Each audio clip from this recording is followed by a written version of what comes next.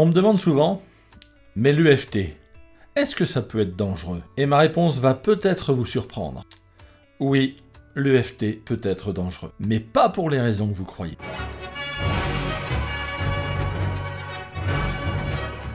On entend tout et n'importe quoi. L'EFT serait dangereux pour les femmes enceintes. C'est complètement faux.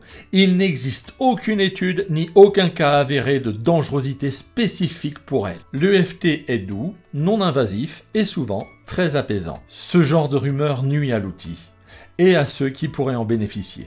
Par exemple, ma femme, quand elle était enceinte, je lui ai fait quelques séances d'EFT par rapport aux douleurs des contractions ou aux nombreuses envies qu'elle pouvait avoir, et ça s'est super bien passé. J'ai même fait de l'EFT sur le bébé après, pour qu'il puisse faire ses dents tranquillement et bien dormir. En revanche, il y a des cas où l'EFT nécessite une vraie vigilance. Les personnes atteintes de bipolarité, par exemple, de schizophrénie, ou de dépression chronique profonde. Pourquoi?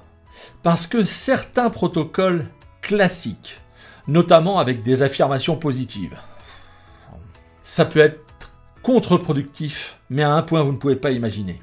Quand on est au fond du trou, dire « je m'aime et je m'accepte » peut déclencher l'inverse. Colère, frustration, rejet de soi. Et là, ça peut être dangereux. Pas à cause de l'EFT en soi, mais parce que ça réactive une douleur qu'on n'est pas prêt à contenir seul. Donc oui, l'EFT demande du discernement. Pas de dogme, pas de recette magique pour tous. Mon conseil, si tu es concerné par un trouble mental, ne fais pas ça tout seul. Consulte toujours un médecin, un psychiatre, un professionnel de la santé mentale, le spécialiste, et travaille avec un praticien EFT formé, compétent et humble, si possible. L'EFT, c'est un outil, pas une baguette magique. Mais tu sais quoi?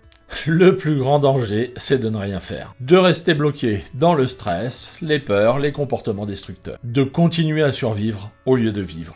Je suis pas venu ici pour souffrir, ok? Bien utilisé, l'EFT transforme des vies.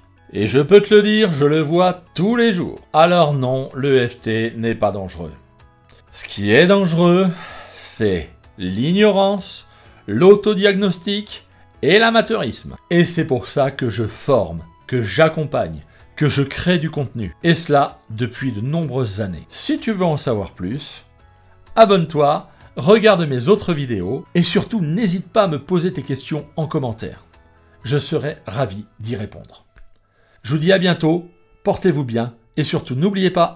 Quand on veut très fort quelque chose, on finit toujours par y arriver.